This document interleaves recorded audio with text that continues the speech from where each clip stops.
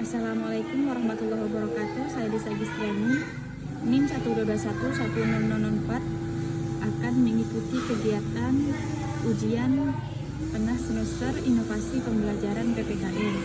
Yang pertama itu pertanyaannya berdasarkan beberapa definisi yang diberikan, apa saja komponen utama yang harus dimiliki oleh pendidikan kewarganegaraan menurut Henry Randall White dan David Kerr. Jelaskan kesamaan dan perbedaan antara kedua definisi tersebut. Jawabannya, secara umum, komponen utama pendidikan kewarganegaraan menurut White and Kerr dapat diringkas sebagai berikut. Yang pertama itu pengetahuan, yang kedua keterampilan, yang ketiga sikap, serta yang terakhir perilaku. Kesamaan dan perbedaan baik White maupun Kerr menekankan pentingnya pengetahuan dan keterampilan dalam pendidikan kewarganegaraan. Keduanya juga mengakui pentingnya nilai-nilai dan karakter dalam membentuk individu yang menjadi warga negara yang baik.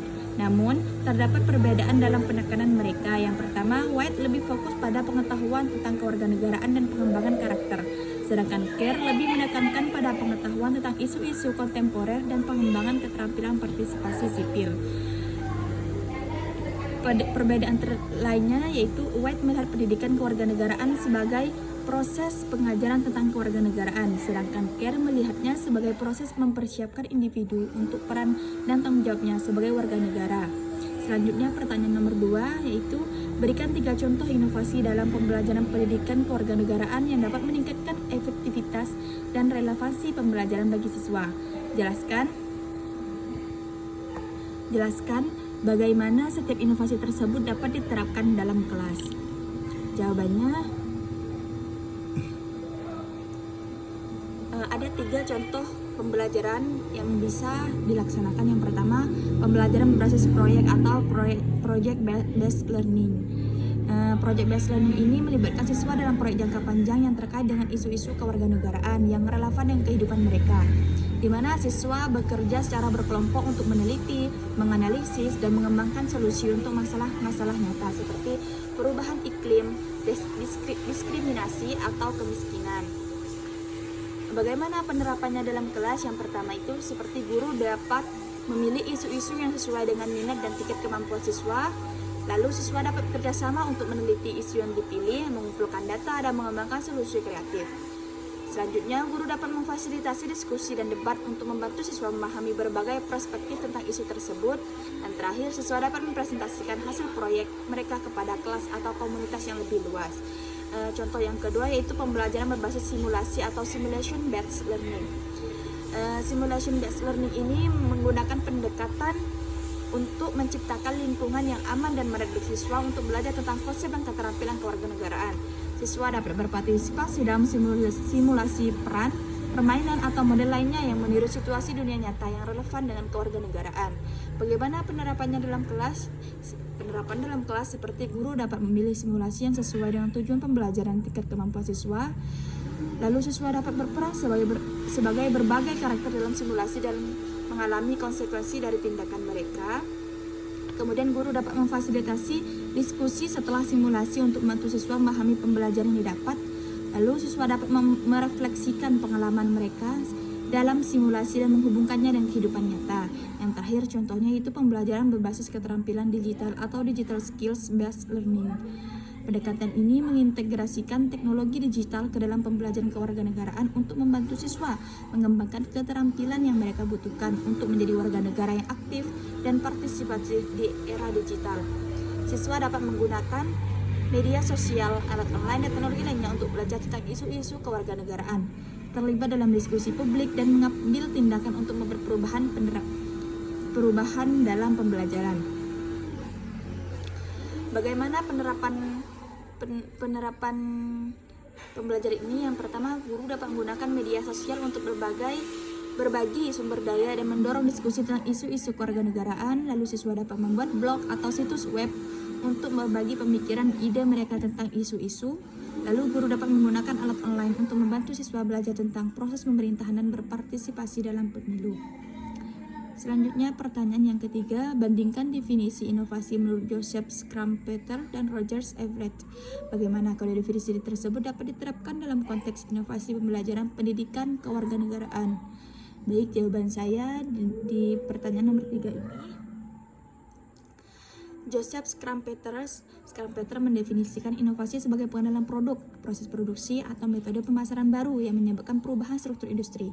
Ia menekankan peran pengusaha dalam menciptakan dan menerapkan inovasi dan fokusnya adalah pada dampak ekonomi dari inovasi. Sedangkan menurut Everett Rogers, mendefinisikan inovasi sebagai adopsi dan penyebaran ide, produk atau praktik baru oleh masyarakat. Ia menekankan proses difusi, yaitu bagaimana inovasi dikomunikasikan, diterima, dan diadopsi oleh individu dan kelompok. Rogers juga melihat inovasi dalam konteks perubahan sosial dan fokusnya adalah pada dampak sosial dari inovasi. Penerapan definisi inovasi menurut Schumpeter ini mendefinisikan lebih relevan untuk konteks bisnis dan ekonomi. Inovasi dalam konteks ini dapat diterapkan untuk meningkatkan daya saing perusahaan, menciptakan pasar baru, meningkatkan efisiensi dan produktivitas, serta mendukung pertumbuhan ekonomi. Sedangkan menurut Rogers, definisi ini lebih relevan untuk konteks sosial dan budaya.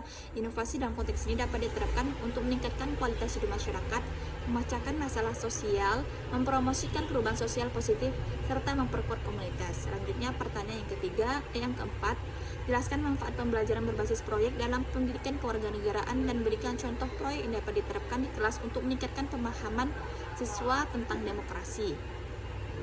Baik, jawaban saya di pertanyaan nomor 4 ini, manfaat pembelajaran basis proyek dalam pendidikan kewarganegaraan ini ada beberapa. Yang pertama, meningkatkan keterlibatan dan motivasi siswa. Yang kedua, mengembangkan keterampilan abad ke-21, di mana membantu siswa mengembangkan berbagai keterampilan penting abad ke-21 seperti berpikir kritis, komunikasi, kolaborasi, dan pemecahan masalah. Yang ketiga, manfaat yang ketiga, meningkatkan pemahaman dan kesadaran, di mana mendorong siswa untuk meneliti, menganalisis, dan mengevaluasi informasi dari berbagai sumber.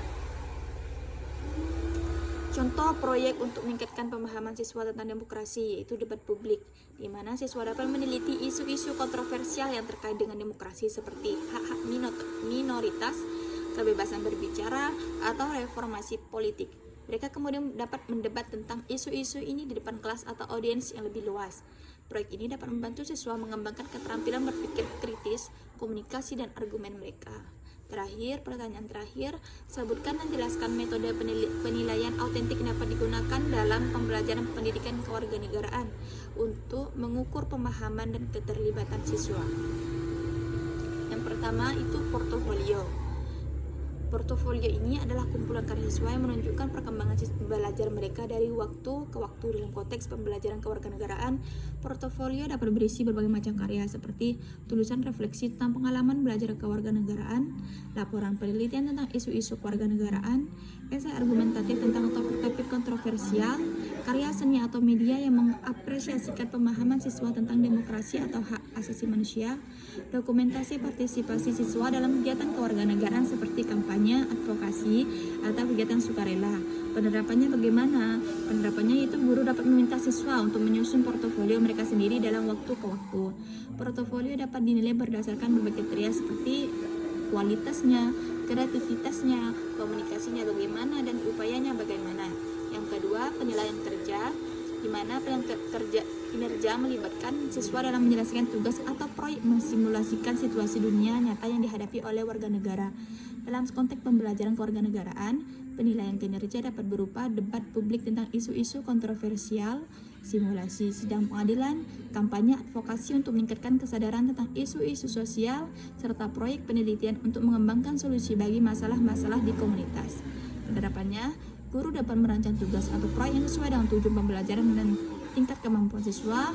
Lalu penilaian kerja dapat berdasarkan berbagai kriteria seperti kriteria pengetahuan, keterampilan, keterlibatan, serta hasilnya. Mungkin hanya itu yang dapat saya sampaikan. Saya Lisa Gistriani mengucapkan terima kasih. Assalamualaikum warahmatullahi wabarakatuh.